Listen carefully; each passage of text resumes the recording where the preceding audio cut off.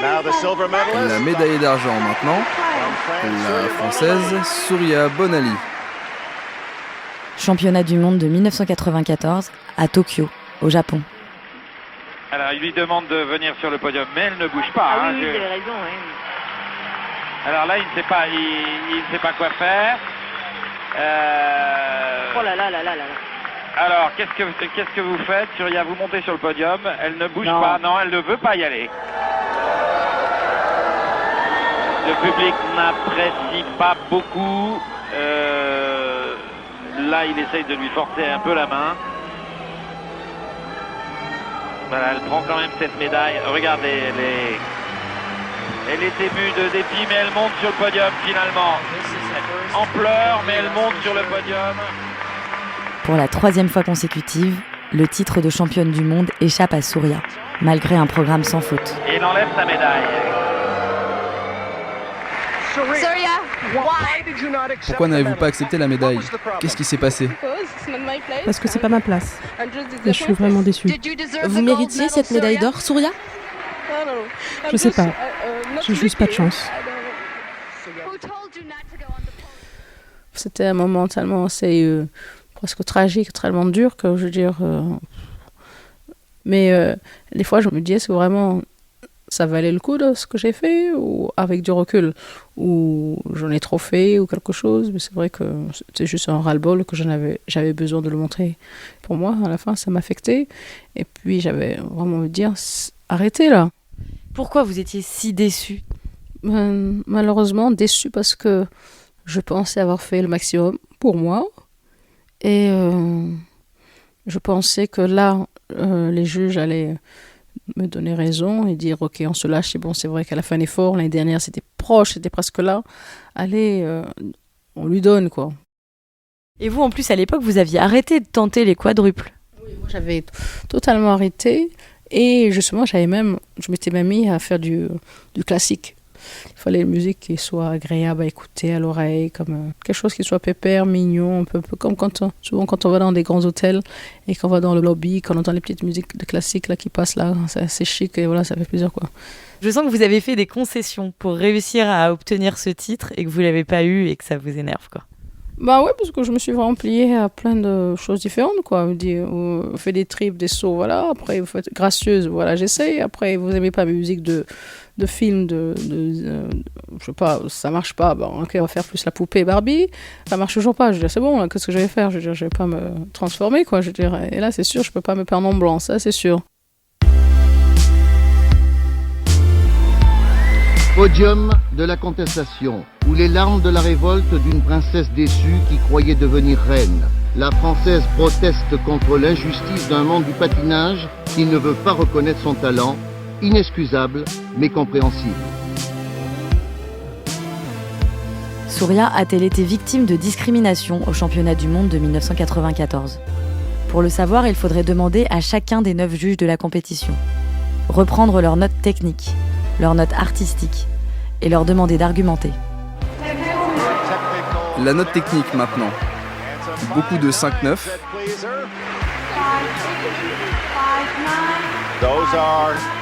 C'est de très bonnes notes, comme d'habitude. Mais c'est la prochaine note, la note artistique, qui lui pose plus de problèmes. 5-5 du Canada et de l'Allemagne. Mais un juge ne peut pas changer une note. Et le classement reste le classement. Rentrez. Corps et l'âme, épisode 4. Installez-vous. Est-ce que vous avez... Je rencontre Anne-Hardy Thomas, une juge qui n'était pas là en 1994, mais qui était présente à quasiment toutes les compétitions internationales de Surya. L'activité de juge est une activité complètement bénévole. Donc j'étais juge de club, ensuite juge de ligue, ensuite juge au niveau des compétitions nationales, puis championnats nationaux français. Ensuite, la fédération vous propose comme juge international à la fédération internationale, à l'ISU, International Skating Union. J'ai eu mon examen, j'ai été donc nommée juge de championnat ISU, et qui vous habilite à juger les championnats d'Europe, les championnats du monde, les Jeux Olympiques. Et À l'issue de chaque compétition championnat, on a une réunion de juges où on va faire un débrief et le juge arbitre peut vous demander pourquoi vous avez mis telle note, telle place à tel patineur et d'expliquer. Alors, si vous avez un seul juge qui met son patineur premier alors que tous les autres l'ont mis deuxième ou troisième, voilà, je veux dire, il est forcément pénalisé, le juge. Première note, 5-8, 5-6, 5-7, 5-6, 5-6. Ce genre de favoritisme national, parfois, est-ce que c'est pas ce qui rendait le patinage de cette époque-là beaucoup plus excitant qu'aujourd'hui aussi ? Ah mais oui, mais c'est certain, oui, parce qu'en plus, on avait notre drapeau, hein, on voyait qui mettait la note. Je veux dire, c'est qu'à l'époque, quand vous vous plantiez et quand vous faisiez une erreur, tout le monde le voyait.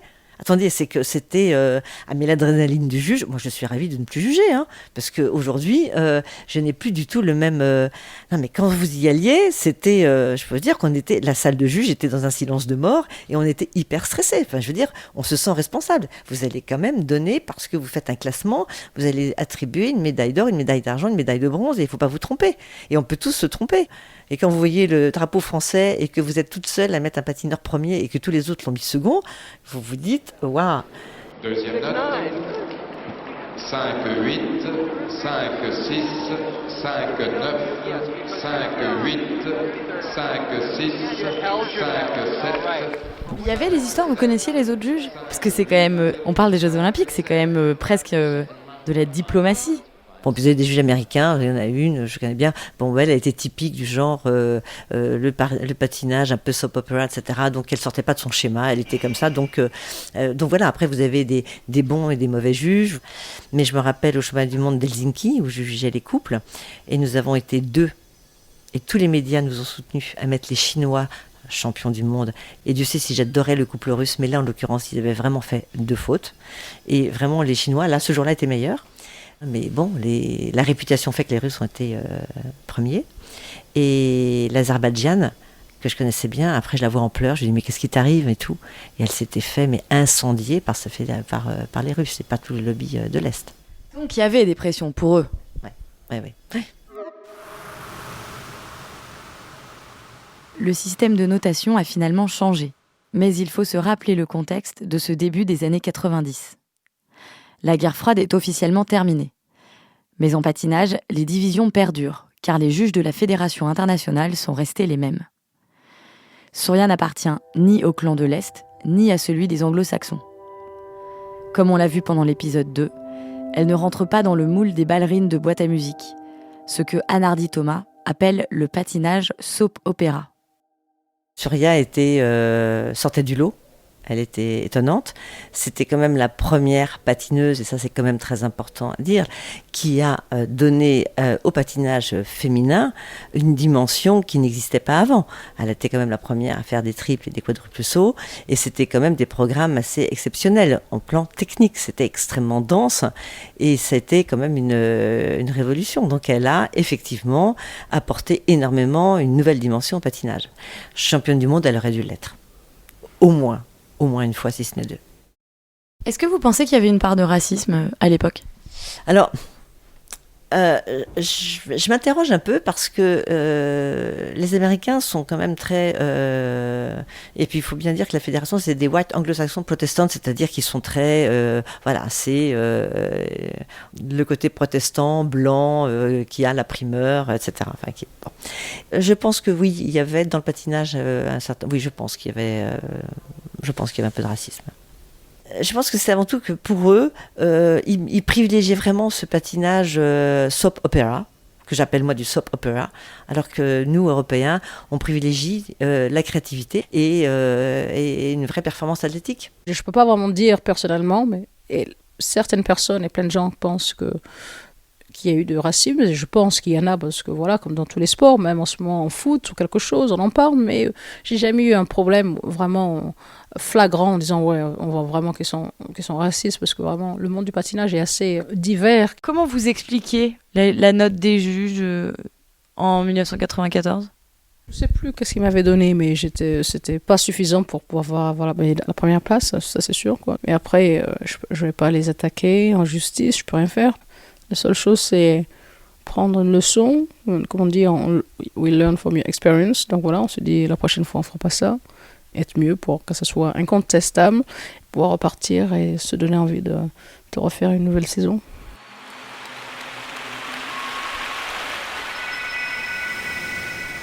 Philippe Candeloro était dans les gradins des championnats du monde de Tokyo quand Surya a refusé de monter sur le podium. Personne n'a vraiment dit non, on ne veut pas d'une enfant noire qui a été adoptée et qui devienne championne du monde de patinage artistique. Donc en fait, on ne peut pas accuser Pierre-Paul Jacques d'avoir discriminé la famille Bonali. Nous, on ressentait ça de l'intérieur parce que voilà, on se dit c'est pas normal. Ça fait plusieurs compétitions où elle doit gagner, elle ne gagne pas. Donc c'est quoi le problème? C'est parce qu'elle est française ou parce qu'elle est black ou parce qu'elle est entraînée par sa mère. Donc c'était un petit peu confus sur l'explication. Je pense que ça l'a blessée. Et c'est elle qui a pris la décision au moment où elle est sur le podium, où elle reçoit la médaille, elle l'enlève et elle descend du podium. Et l'autre le force, là. Le gars, il faut avoir des coronesses pour pouvoir faire ça et puis tenir tête. Alors que vous savez qu'il y a des télévisions qui vous filment. En fait, ce qu'a fait Surya, c'était de dire, voilà, stop les magouilles maintenant. Arrêtez de nous baiser la gueule quand on n'est pas... voilà, parce que là, on est victime et ça se voit. J'aurais pu être championne du monde ou championne de quelque chose plus rapidement si j'avais pas été noire. Je peux juste dire ça. Mais après, je sais pas si voilà quoi. Ou peut-être j'aurais été championne du monde parce qu'en fait, je l'ai jamais été. Donc peut-être je l'aurais été si, peut-être, voilà. On pouvait imaginer que Surya Bolali pouvait gagner, elle avait tous les atouts dans son jeu. Hélas, les juges en ont décidé autrement. Alors, manque de compréhension de son patinage, c'est clair que Surya Bolali ne sait plus à quel sein se vouer aujourd'hui, à savoir, sera-t-elle un jour la meilleure du monde ? Personnellement, j'en ai eu conscience, j'en ai toujours eu conscience de ma couleur. Mais, et puis très fier d'ailleurs. Fernand Fedronic est d'origine martiniquaise et il a patiné en équipe de France aux côtés de Surya dans les années 80. Je dois dire que j'en ai senti les effets particulièrement donc dans ma période INSEP au début. C'était le championnat de France, je ne dirais pas l'année, j'ai gagné. Et sur le podium, la personne qui devait remettre les coupes, qui est une personne très reconnue dans le milieu de la glace, a donné la coupe du premier au deuxième. Donc ça vous donne une idée de la manière dont, quand l'esprit est formaté dans une idée, on peut faire ce genre de bourde. À partir du moment où c'est l'homme qui juge, c'est forcément subjectif. Même en football, on a vu là, finalement, merci la vidéo, l'équipe de France. Dans tous les sports, finalement, on s'appuie sur la technique pour essayer d'avoir un jugement le plus proche possible de la réalité. Mais il y a toujours ce petit paramètre humain. Fernand Fedronic m'apprend que Surya n'a pas été la première patineuse dite de couleur en compétition internationale. La première, c'est l'américaine Debbie Thomas, en 1986. J'ai cherché sa performance dans les archives de l'INA. D'habitude, dans mon oreille de droite, j'entends ça. 20h, 52 minutes, 20 secondes. Vous devez l'avoir d'un côté de vos écouteurs. C'est l'horloge parlante. 20h, 52 minutes, 30 secondes. Mais sur ces archives-ci, il n'y avait pas d'horloge parlante, juste du silence, et puis d'un coup... Magnéto Paris, vous êtes prêts à prendre le texte tout de suite après le passage de la noire, là, avant l'annonce des notes?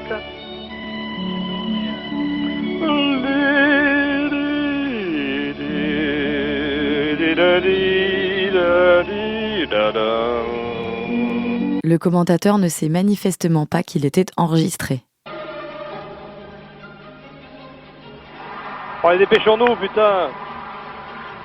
J'ai mon truc à faire, moi. Hein?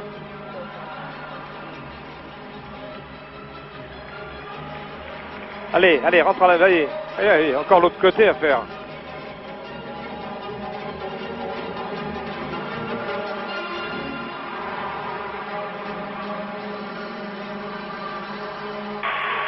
Bon, à mon avis, la négresse a gagné, mais enfin, il faut attendre le résultat. Hein. Je n'en ai d'abord pas cru mes oreilles. Et puis le journaliste a utilisé le mot à nouveau. Et il m'a fallu admettre que j'avais bien entendu. Ce terme raciste, d'un âge que je pensais révolu, m'a d'abord beaucoup choquée. Et puis me sont revenues en mémoire les remarques narquoises, voire les colibés, qui fusaient à chaque fois qu'on évoquait Surya Bonali, dans la cour de récré de mon école où nous étions quasiment tous blancs. Certains l'appelaient Blanche-Neige. D'autres disaient qu'elle faisait tache sur la glace. Les enfants des années 80 n'avaient quasiment jamais vu de femme noire à l'écran avant Surya. Elle était la première. Et c'est à ce moment-là, à travers les réactions de mes camarades d'école, que j'ai découvert l'existence du racisme. Pour en revenir à Debbie Thomas, en 1986, elle est donc sacrée championne du monde face à Katharina Witt. Debbie Thomas était donc la première patineuse noire arrivée à ce niveau-là, à être championne du monde. Évidemment, quand on arrive avec la fédération américaine derrière soi, c'est peut-être aussi plus facile. Mais en tout cas, c'était totalement mérité, évidemment. Mais c'est une patineuse qui, à mon avis, n'a pas forcément... c'est une patineuse noire, mais finalement, qui utilisait tous les codes des patineurs habituels. Donc, on va faire une petite musique classique, on va faire la petite gestuelle. En fait, je suis noir, mais surtout, ne le voyez pas. Donc, c'est dommage. Surya n'admire pas particulièrement Debbie Thomas. Son modèle, elle le découvre sur les pistes d'athlétisme des Jeux Olympiques de 1988. Florence Griffith Joyner, la black qui courait avec un académique de couleur, avec une jambe rose par exemple fluo, une jaune fluo, rouge et bleu ou quelque chose comme ça. Donc elle, ça a été vraiment quelque chose qui m'a transformée parce que c'était une femme exceptionnelle qui courait vite, mais à la fois c'était belle, c'était une vraie femme avec des grands ongles et tout ça. Donc on n'a pas fait les ongles, j'ai jamais été très fécond, mais les collants, tout ça, on a toujours fait pareil qu'elle pendant de longues années. Donc je patinais en compétition, aux entraînements de compétition, j'avais un académique par exemple, jambes noires, jambes dorées, ou blanches et noires, ou bleu et rose, quelque chose comme ça. J'ai toujours fait pendant 2 années enfin. Donc imaginez, j'ai un patinoire dans les années 80, début 90, arrivé avec un académique avec des jambes. Au jour d'aujourd'hui, ça serait peut-être acceptable, mais dans le temps, c'est vrai que c'était un peu bizarre, quoi.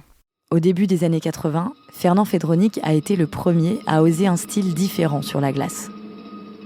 Fernand Fedronik reproduit ici, devant notre caméra, l'exhibition artistique qui lui a valu la première place à Saint-Gervais.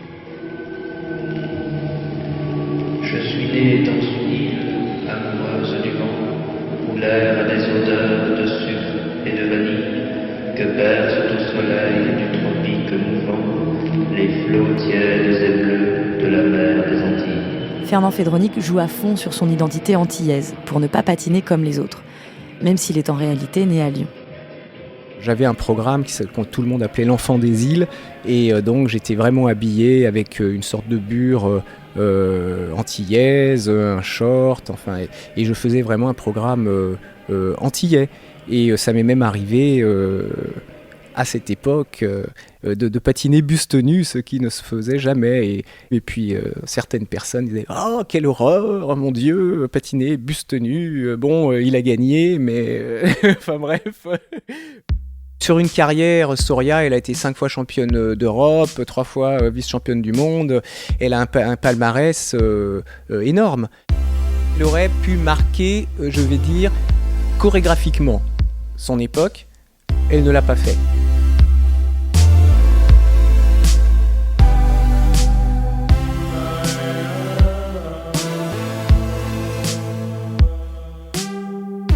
Mais contrairement à lui, Surya ne peut rien revendiquer, car elle ne connaît pas ses parents biologiques. Son identité à elle, c'est d'être française, et même précisément niçoise, puisqu'elle est née à Nice. En tout cas, c'est ce qu'on lui a toujours dit. Au début des années 90, des rumeurs viennent semer le doute. Des reportages prétendent qu'elle aurait été trouvée par ses parents sur une plage de la Réunion. La voilà plongée en pleine crise d'identité. Mon passeport me dit né à Nice. Puis après, une personne dans le reste du monde qui dit que je suis née sur une plage ou que j'ai pris le bateau. Enfin, je sais pas, bizarre. Mon père, je lui dis, t'es sûr que tu me caches pas quelque chose? Ce sera dans Corps et l'âme, épisode 5, être né quelque part.